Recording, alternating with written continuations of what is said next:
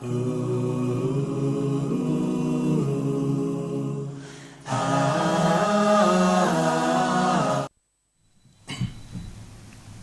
بالله السميع العليم من الشيطان الرجيم بسم الله الرحمن الرحيم والصلاة والسلام على رسول الله وبعد السلام عليكم ورحمة الله وبركاته. Chers frères et sœurs en islam, amis jeunes, chers téléspectateurs, auditeurs, auditrices de la radio-télévision Bonferré, ravi de vous retrouver dans ce numéro du vendredi 2 février 2018 de votre émission préférée Jeunesse Active. Cette émission de l'Association des étudiants musulmans du Niger avec la collaboration du groupe de presse radio et télévision Bonferré. Avec le même plaisir, le même dynamisme, nous allons vous servir aujourd'hui encore une fois de plus avec cette nouvelle thématique que nous allons entamer cette semaine, Inch'Allah. Alors, une question toute simple. Où allons-nous? Où va la jeunesse nigérienne? Deux questions aussi banales soient-elles, mais qui méritent d'être posées. Et chacun d'entre nous devrait se la poser. Aujourd'hui, dans notre pays, à observer les choses de près, on se rend compte à l'évidence que la jeunesse nigérienne dans son ensemble est dans une sorte de descente aux enfers. Oui, descente aux enfers, parce que notre jeunesse, la jeunesse nigérienne, est en proie à une promotion accélérée et incontrôlée de la question sexuelle. Oui, le laisser-aller sexuel, c'est le danger, le mal, le cancer qui ronge aujourd'hui la jeunesse nigérienne. À Niamey, comme partout ailleurs, y compris sur les réseaux sociaux, on se rend compte d'une débauche et une dépravation à grande pompe de nos mœurs. Et cette question, on en parle peu. Amis jeunes, vous l'avez certainement compris, jeunesse et sexualité, c'est le sujet du jour de ce numéro de votre émission Jeunesse Active. Alors pour en parler, je reçois sur ce plateau, comme à l'accoutumée, deux invités. Deux invités qui ne sont peut-être pas à présenter, on va dire. Nous avons avec nous l'infatigable, on va l'appeler ainsi, Dr Sido Adamou. Dr, salam alaikum. Je rappelle aux téléspectateurs que désormais vous êtes un consultant de cette émission Jeunesse Active. Merci une fois de plus encore d'avoir accepté d'être là, de répondre à notre invitation. J'ai à ma gauche comme deuxième invité Hamza Moukaila. Il est journaliste à Niger 24. Je rappelle également qu'il a été secrétaire général adjoint du bureau exécutif au niveau de la section de l'Université de Niamey de l'Association des étudiants musulmans du Niger. Hamza, salam alaikum. Et merci d'être là, d'avoir accepté notre invitation. Alors avec vous, ensemble, nous allons passer en revue, nous allons planter le décor et essayer de voir cette question qui nous préoccupe tant, la question de la sexualité en rapport avec la jeunesse nigérienne. Bien avant, je vais inviter nos téléspectateurs. Ensemble, nous allons suivre cet élément pour planter le décor. On va suivre cet élément, si la dirigeante est prête.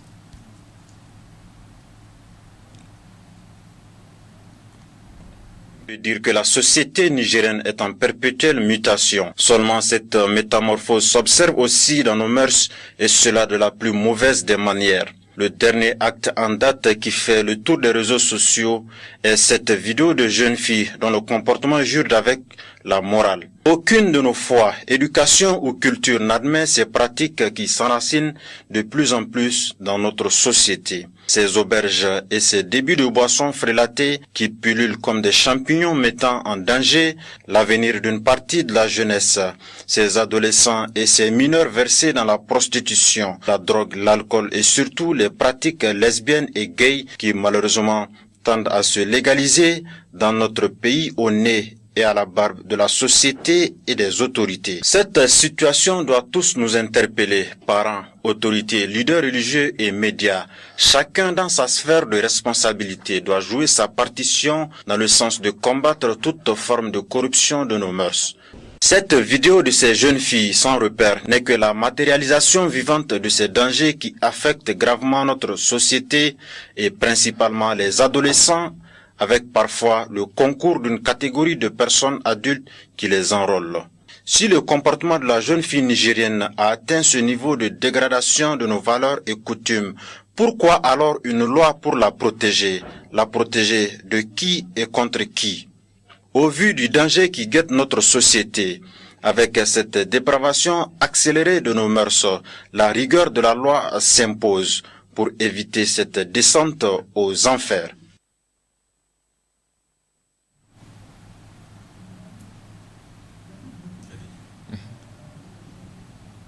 Bien, retour sur ce plateau. Alors, nous avons ensemble suivi cet élément, ce commentaire signé Hamza Moukela de la télévision Niger 24. Alors, comme première question ensemble, comme état des lieux de la réalité de la jeunesse actuelle nigérienne, en rapport avec la question de la sexualité, la question de la débauche, la question de la dépravation des mœurs. Alors Hamza, vous qui avez réalisé cet élément, est-ce qu'on peut vous demander réellement la situation actuelle jeunesse nigérienne et la question de la sexualité? Qu'est-ce qui se passe, Hamza? أعوذ بالله السميع العليم من الشيطان الرجيم بسم الله الرحمن الرحيم والصلاة والسلام على رسول الله رب اشرح لي صدري ويسر لي أمري واحلل عقدة من لساني يفقهوا قولي سبحانك لا علم لنا إلا ما علمتنا إنك أنت العليم الحكيم أما بعد السلام عليكم ورحمة الله وبركاته.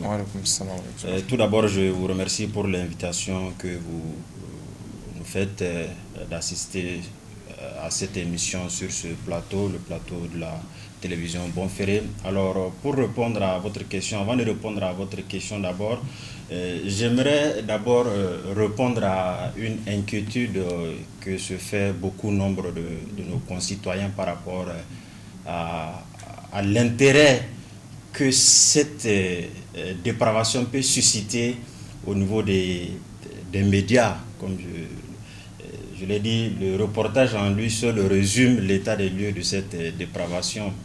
Donc, au fait, nous sommes dans une société, et ce qu'il faut comprendre, quand on parle d'une société, on parle de... C'est un tout, au fait.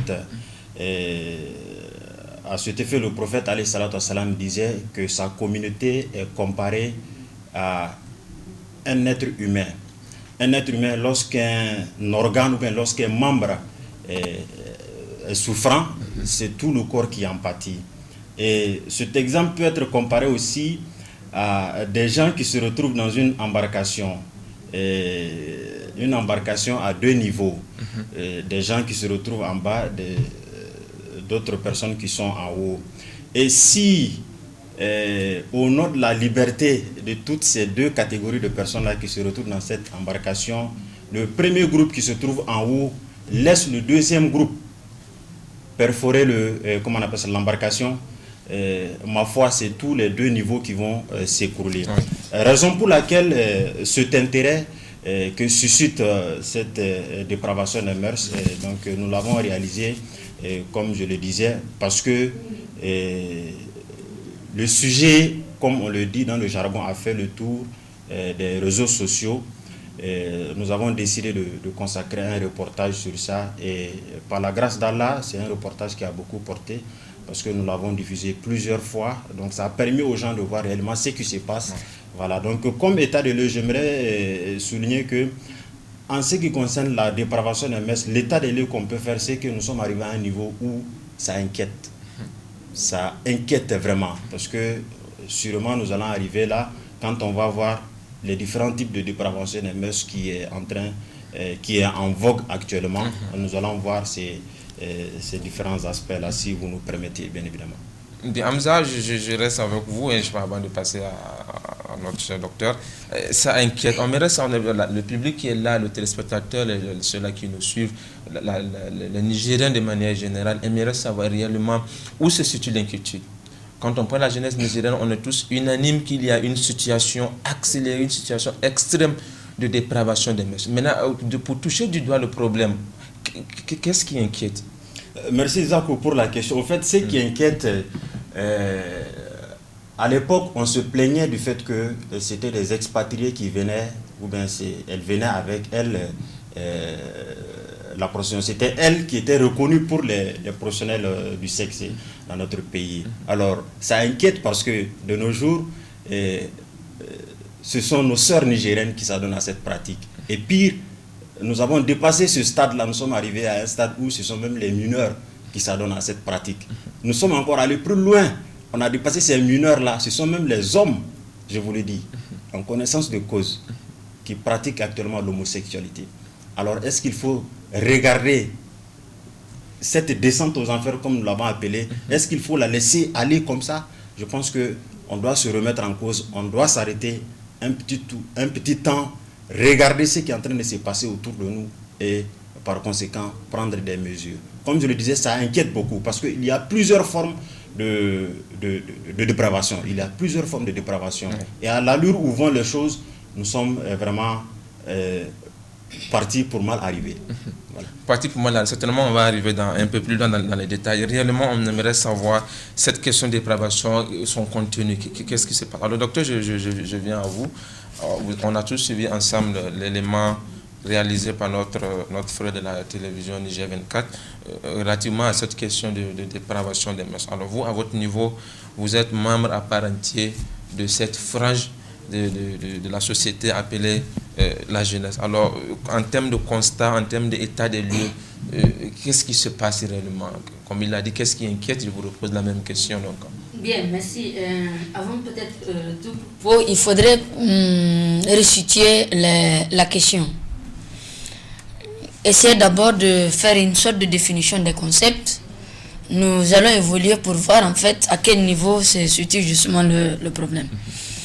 Lorsque nous analysons notre thème, nous dirions que d'abord nous avions le concept de jeunesse. La jeunesse, on pourrait dire que c'est cette tranche d'âge comprise entre 7 et 35 ans, sinon jusqu'à 40 ans ailleurs. Ensuite, c'est aussi cette population qui est considérée comme étant la plus active dans un pays.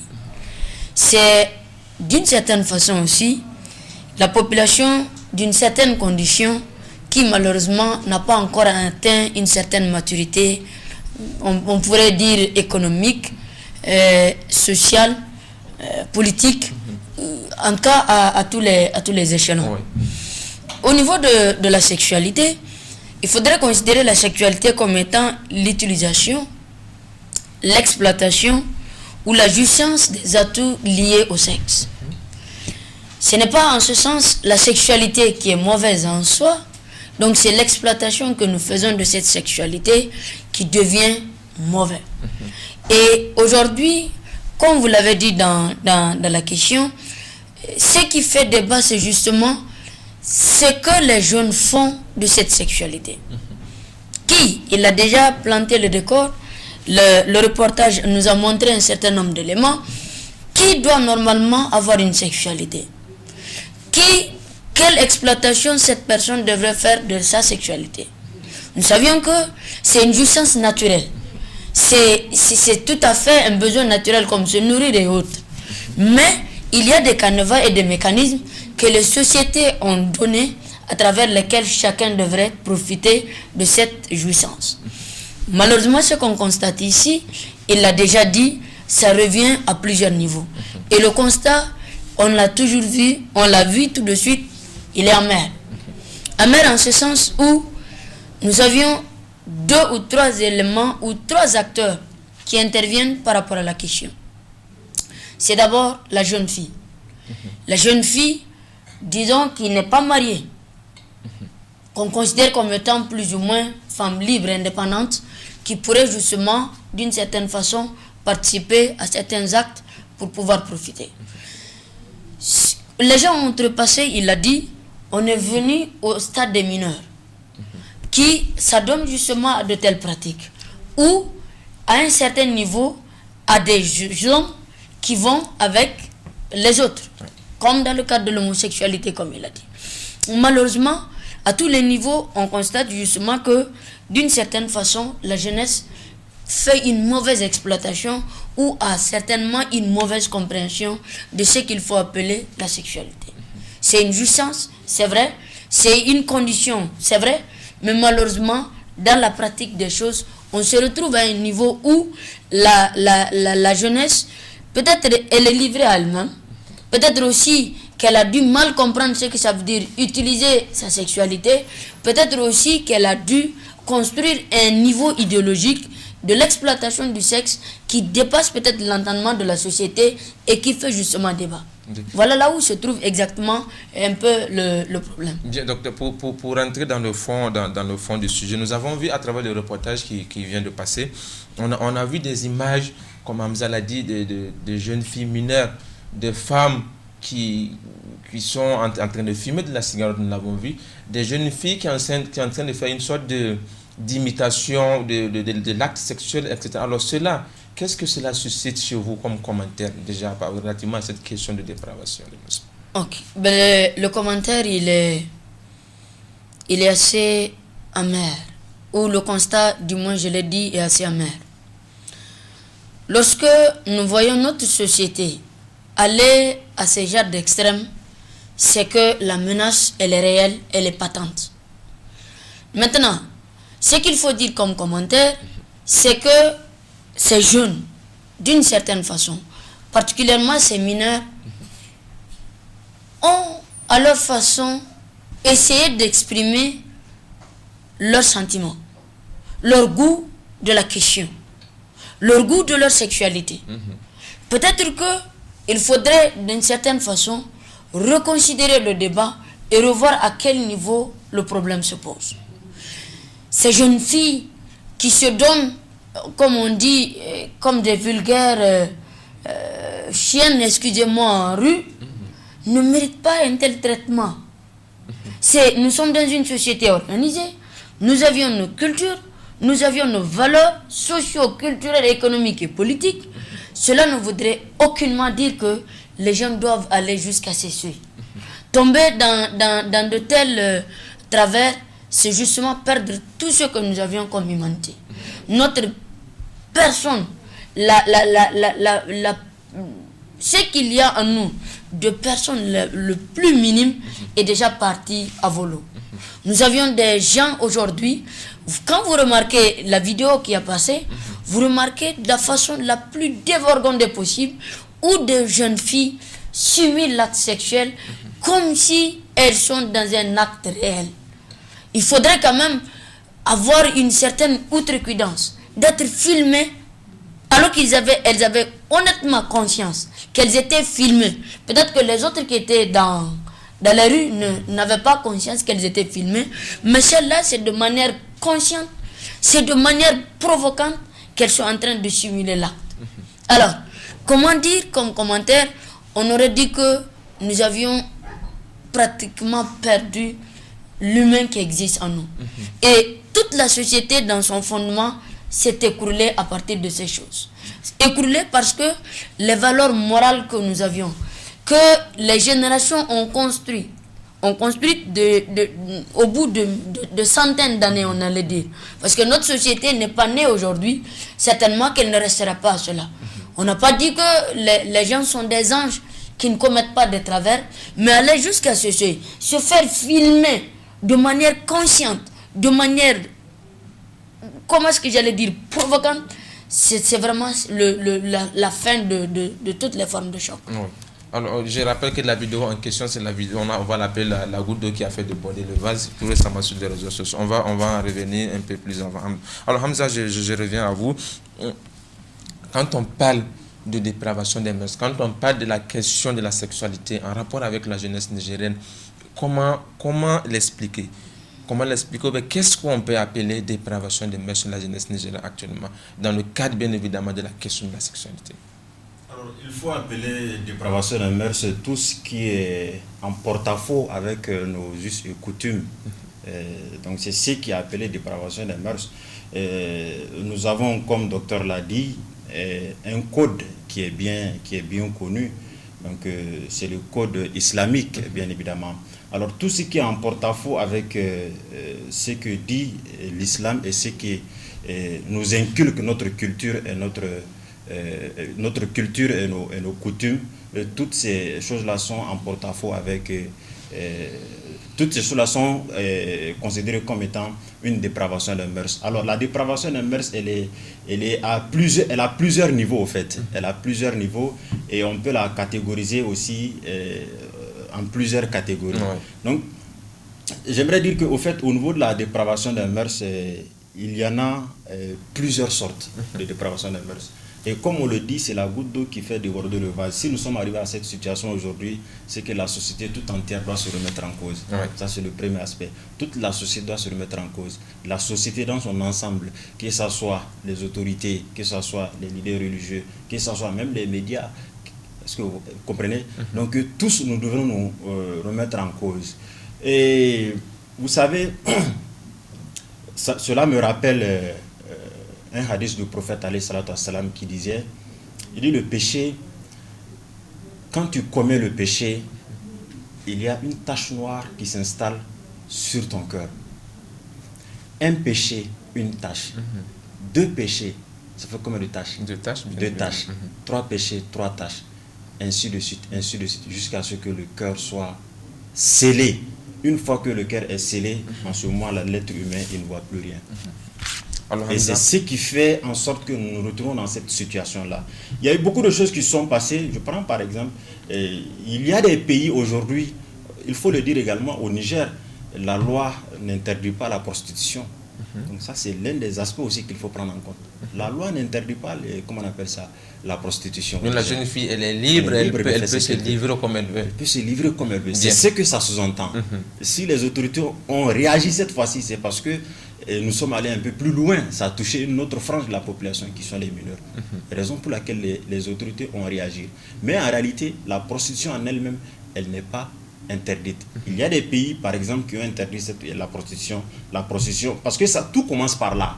On commence avec la prostitution, on part avec la prostitution des mineurs, on revient à la prostitution des homosexuels. Ainsi de suite, jusqu'à ce qu'on arrive à une situation où on ne peut plus la contrôler. Je prends l'exemple de la Zambie. La Zambie, la constitution interdit formellement la prostitution.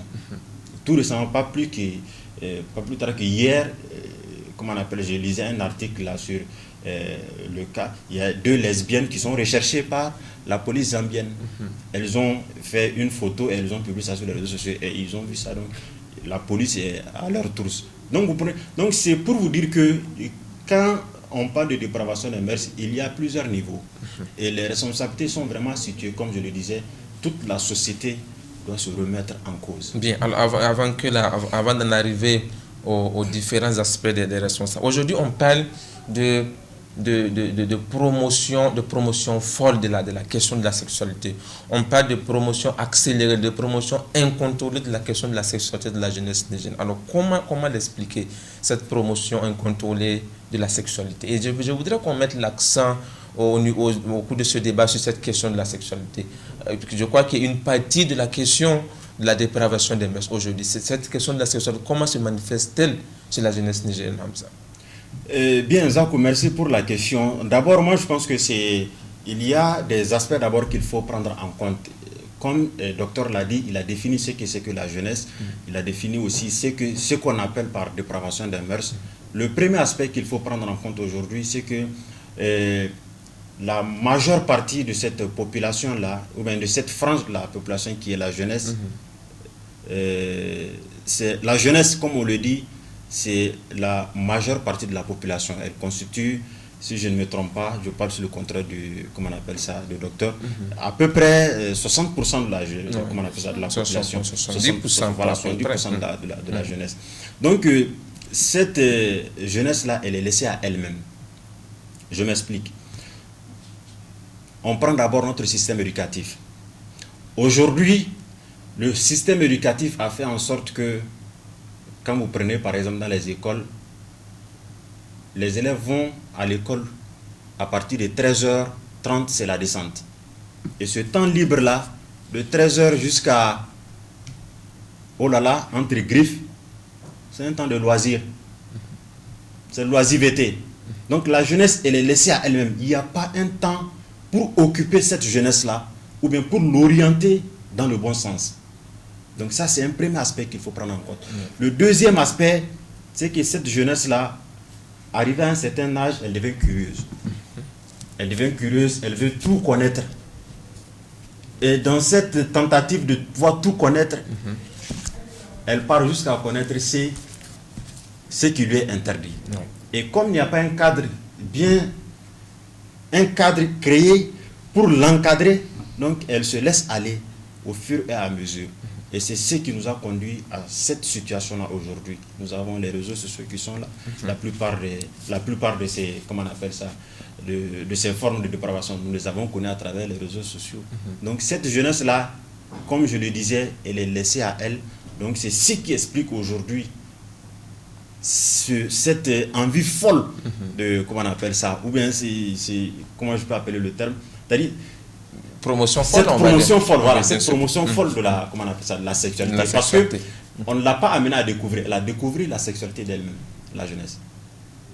Ouais. Bien. Donc voilà un peu la situation dans laquelle nous nous retrouvons. Docteur, je reviens à vous. Est-ce que vous avez un complément relativement à cette même question de promotion de la sexualité? Ok, il faut reconnaître que, puisqu'on a dit que c'est une sorte de jouissance naturelle, l'être humain est enclin, comme tel que Dieu l'a créé. Nous savions déjà le premier péché que l'homme a commis envers Dieu, c'est justement quand Dieu lui a dit que ça c'est interdit, c'est ce qu'il a fait. Naturellement, l'être humain est rebelle. Ce qui lui est interdit, ou ce parfois on tente de lui cacher, c'est vers cela qu'il va. Et puisqu'il va faire cela, les découvertes ne sont pas forcément les mêmes. Aujourd'hui, les médias constituent l'une des grandes portes d'entrée pour d'abord la promotion de cette dépravation des mœurs. Que ce soit ces musiques de type nouveau que nous avions qui circulent sur les médias, quand on dit, excusez-moi du terme, coller la petite, une chanson qui a été d'ailleurs interdite au Cameroun, vous comprendrez déjà que l'idée qu'on véhicule derrière ces messages sont déjà des idées qui transforment de manière certainement négative et qui rendent débridée la sexualité des jeunes. Bien sûr. Ça, c'est un aspect. Il y a la musique, mais surtout à travers les médias, il a dit les réseaux sociaux, ceux à travers lesquels les jeunes découvrent la sexualité, c'est à travers la pornographie. Malheureusement, les films pornographiques font la part belle à la compétence sexuelle. C'est quand tu es bien baraqué, comme on dit, excusez-moi du terme, c'est en ce moment que tu arrives à satisfaire les femmes. Les enfants ou les jeunes, j'allais dire, ont besoin justement d'aller à la satisfaction de ces compétences. Et en ce moment, ils utilisent par exemple les substances psychotropes pour pouvoir avoir de la compétence, pour pouvoir satisfaire le partenaire, et ça crée une sorte de déséquilibre. Et puisque le déséquilibre est créé, on a une porte d'entrée ou une porte ouverte à la débauche. Et là, bravo à la dépravation des mœurs. Parce que justement, il l'a dit, c'est parce que les valeurs sociétales sont tombées à terre. Nous avions nos propres identités. Nos référents culturels, nous les avons abandonnés. Dans la logique du contrôle de la sexualité, les sociétés africaines ont produit des mécanismes assez intéressants qui permettent justement de contrôler et de canaliser cette sexualité.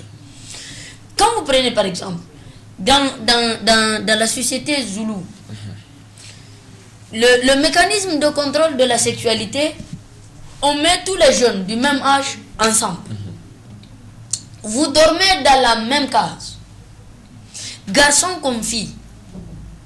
Le jour où vous risquez qu'une seule fille tombe enceinte, c'est toute l'équipe, le groupe d'âge qui est tué en même temps. Éliminé.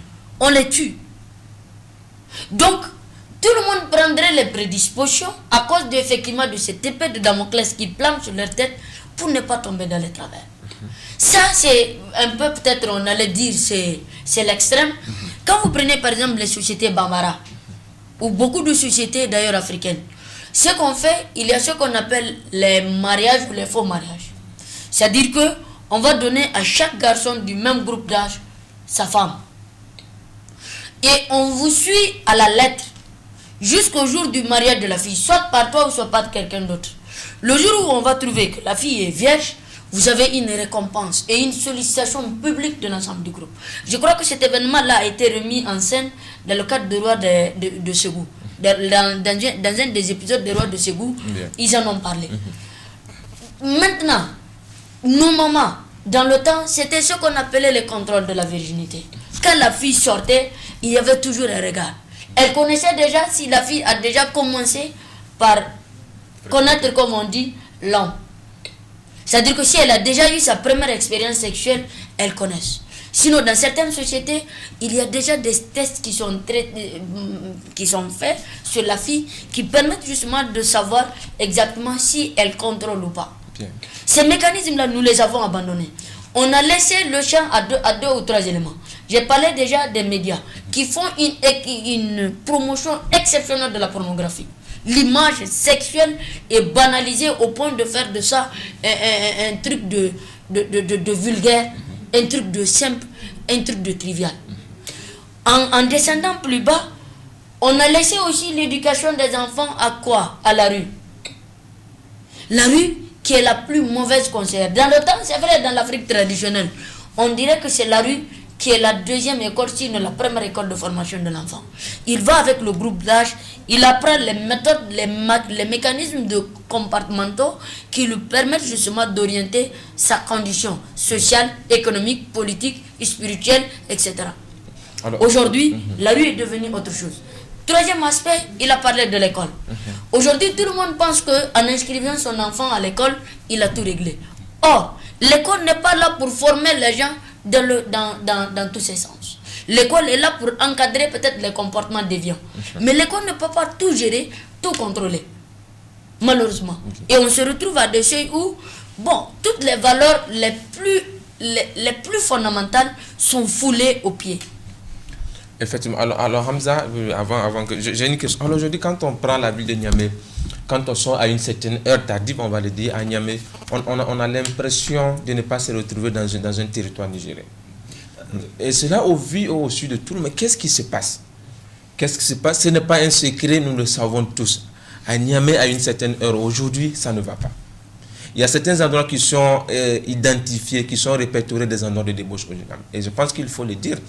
Il faut le dire, il n'y aura pas de langue de bois. Je pense qu'il faut dire les choses comme telles, dans le sens bien évidemment d'interpeller les autorités. Bien, il faut le souligner au passage.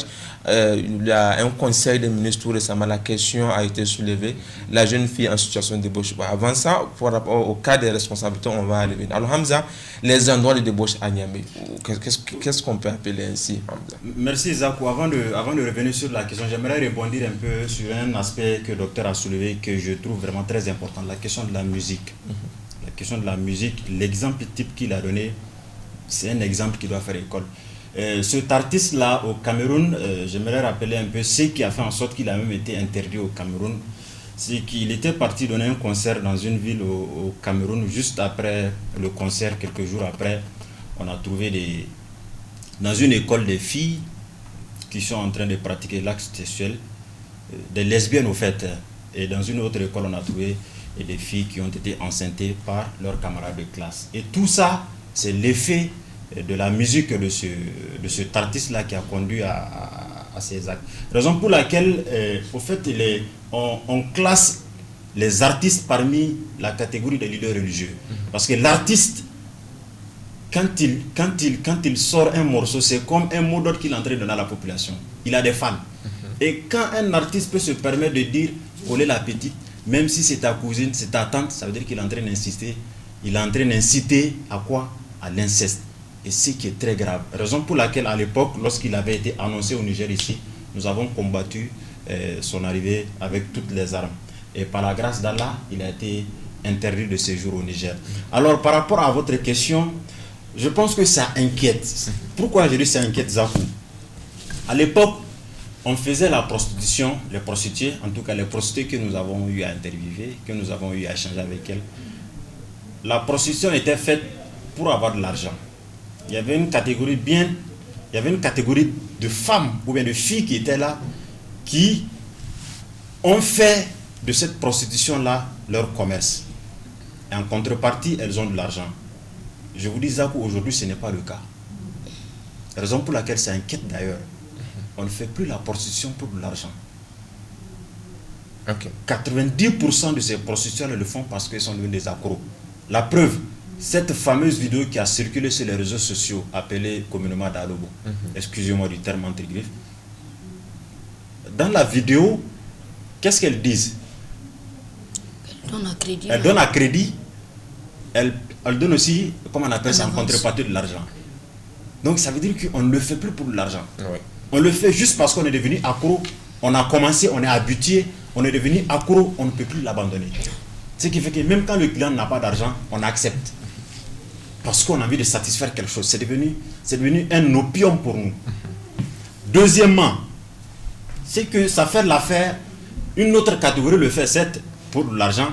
Et cette catégorie-là, ce sont généralement, elles ont je ne sais pas comment, des accords ou bien comment il faut les appeler, avec un certain nombre de promoteurs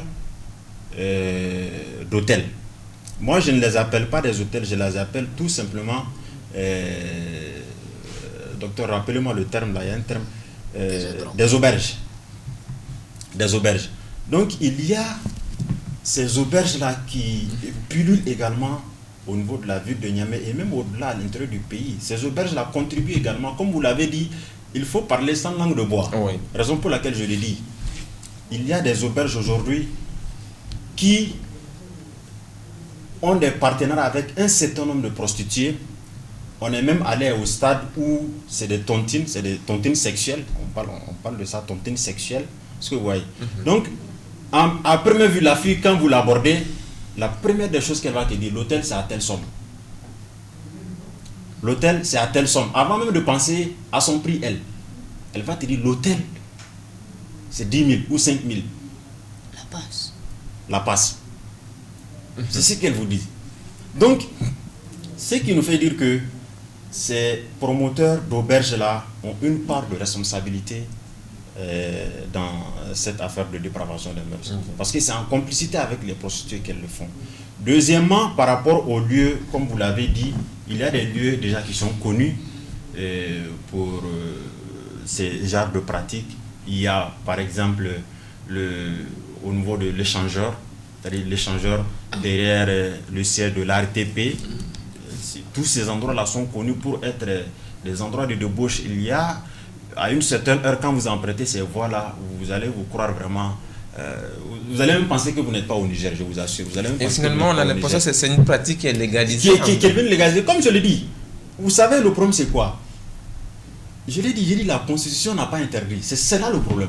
La Constitution n'a pas interdit la prostitution. Mais là, le problème, c'est quoi? Il y a une catégorie, Hamza, qu'on appelle les professionnels du sexe. Et le cas des mineurs aujourd'hui qui se sont interférés dans cette affaire-là. Les professionnels du sexe, moi je dis l'appellation professionnel du sexe, ça encourage même les prostituées à persister dans l'activité. Pourquoi? Parce que pour eux, quand on dit prostituée, c'est péjoratif. Mais quand on dit professionnel du sexe, mais vous voyez ce que ça fait. On dit professionnel du sexe. Donc on est en train d'embellir. On est en train d'embellir et ça donne envie aux autres aussi. Et là, vous venez de dire, ceux-là, ils ont fait de cela un métier. Et les mineurs là qui le font, peut-être vous l'avez dit, pas pour de l'argent. Pas pour de l'argent. Mais ils le font pourquoi, Hamza? Finalement, c'est des accros, vous l'avez déjà dit. C'est ce que je dis, elles sont devenues des accros. C'est devenu un opium. Mais est-ce que là, on n'a pas l'impression qu'il y a un système qui est mis en place et qui encourage ce phénomène? Le système, c'est quoi? Le système, comme je l'ai dit, c'est la loi. Bien. Le premier système d'abord, c'est la loi. Parce que la loi ne l'interdit pas. La loi n'interdit pas la prostitution. Deuxièmement, quand on fait les patrouilles, les prostituées que les policiers prennent, quand ils les amènent au commissariat, qu'est-ce qui se passe? Qu'est-ce qui se passe? On ne sait pas ce qui se passe. C'est un contrôle de routine. On libère toutes celles qui ont des papiers. Toutes celles qui sont régulières dans leur visite médicale. On les libère.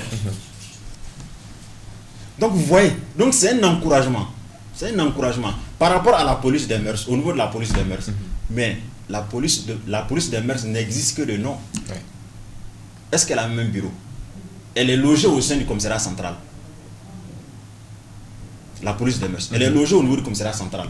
Mais comment vous voulez que la police des mœurs fasse son travail alors qu'elle n'a même pas de bureau, elle n'a même pas de locaux? Est-ce que vous voyez?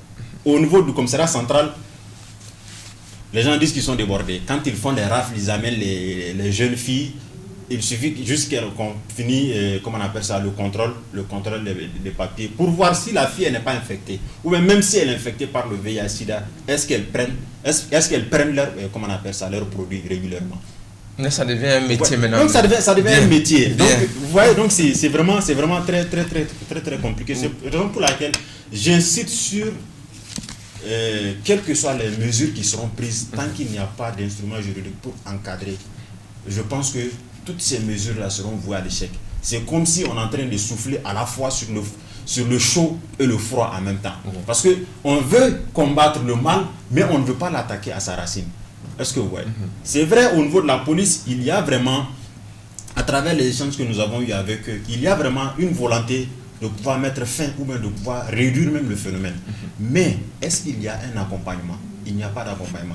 Au niveau des instruments juridiques, les instruments juridiques ne sont pas pris. Par exemple, au niveau des, comment on appelle ça, au moment où le gouverneur avait pris l'arrêté pour interdire la consommation de la chicha sur les lieux publics. Oui. Mais Bon, comment on peut interdire la consommation sans pour autant interdire la commercialisation? De même aussi pour les pétards. Les pétards, oui. Au mois des fêtes. Au mois des fêtes, tout récemment. On prend un arrêté pour interdire les pétards.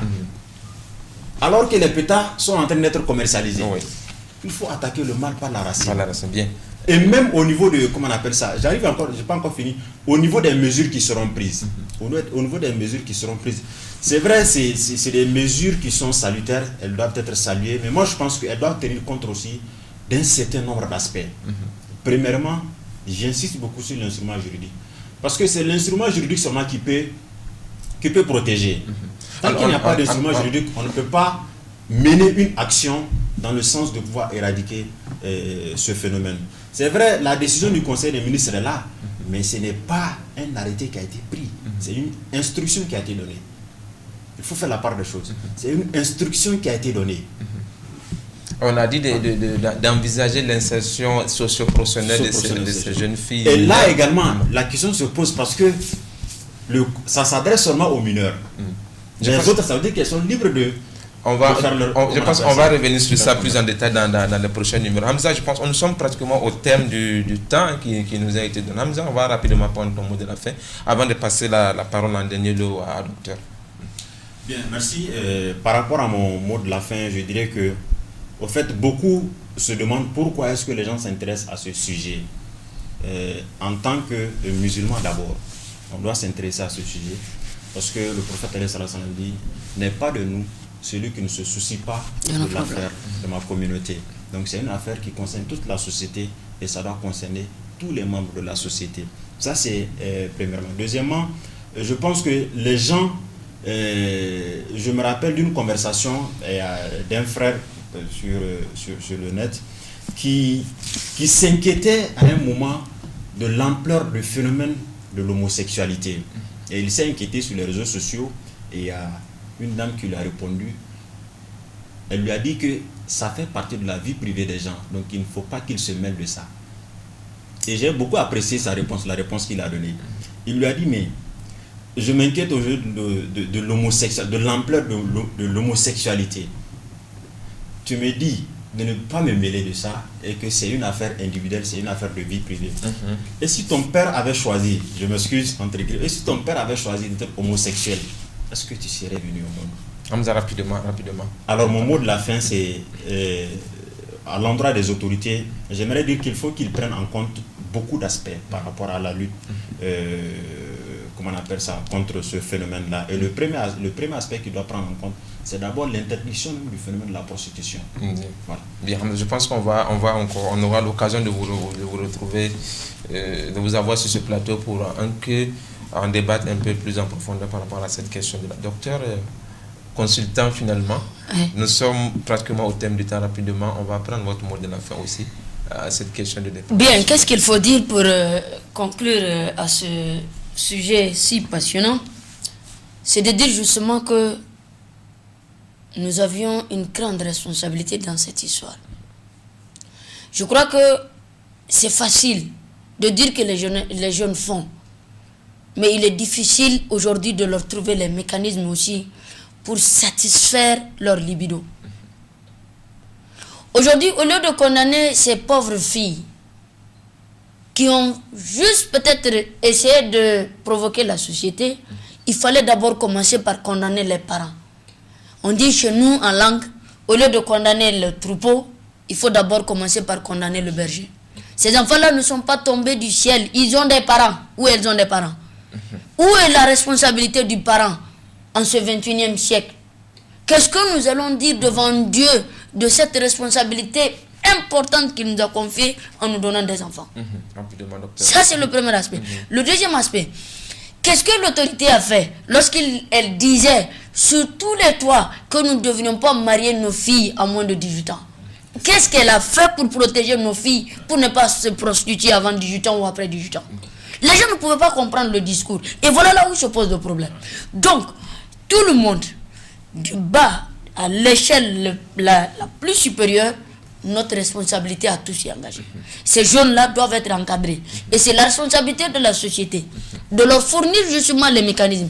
On ne pourrait pas dire que nous, les jeunes, doivent être à l'époque de nos grands-pères. C'est faux, ça ne pourrait pas être. On ne pourrait pas être à l'époque de nos ancêtres. Mais on pourrait avoir les mécanismes que nous devrions créer pour contrôler et faire les choses comme ça se doit à notre niveau. Et je pense qu'en faisant cela, nous aurons déjà gagné le pari de l'encadrement, de l'organisation et de l'orientation sociale. Mais lorsqu'on laisse tout à la rue, on laisse tout aux salles de jeu, on laisse tout à la voie, je pense que nous avions tous démissionné et c'est la raison pour laquelle nous devions tous réengager nos costumes comment est-ce qu'on l'a dit, nos habits de commandement, prendre le bâton de pèlerin à tous les niveaux pour pouvoir réorienter et réorganiser les choses. Bien, et comme cela, je pense que tout doit aller. Merci bien, docteur. Merci bien. On est au terme du temps imparti. Amis téléspectateurs, chers frères en islam, auditeurs, auditrices de la radio-télévision Bonferré, vous venez de suivre à l'instant ce numéro de votre émission Jeunesse Active consacré, qui a eu comme pour sujet la jeunesse nigérienne et la question de la sexualité. Jeunesse nigérienne et question de la sexualité. Nous l'avons compris, c'est le premier numéro consacré à cette thématique. Dans les numéros à venir, Inch'Allah, on va encore revenir plus en profondeur sur cette question qui préoccupe tant les parents, tant la société, tant même les autorités. On l'a dit, on l'a redit. On va revenir là-dessus. Cette question, elle est inquiétante. Il faut que nous en parlons, Inch'Allah. Merci de nous avoir suivis et je vous demande de rester fidèles au programme de la radio-télévision Bonferré. On se donne rendez-vous la semaine prochaine, Inch'Allah, pour la même thématique. Assalamu alaikum wa rahmatullahi wa barakatuh. Merci. Merci.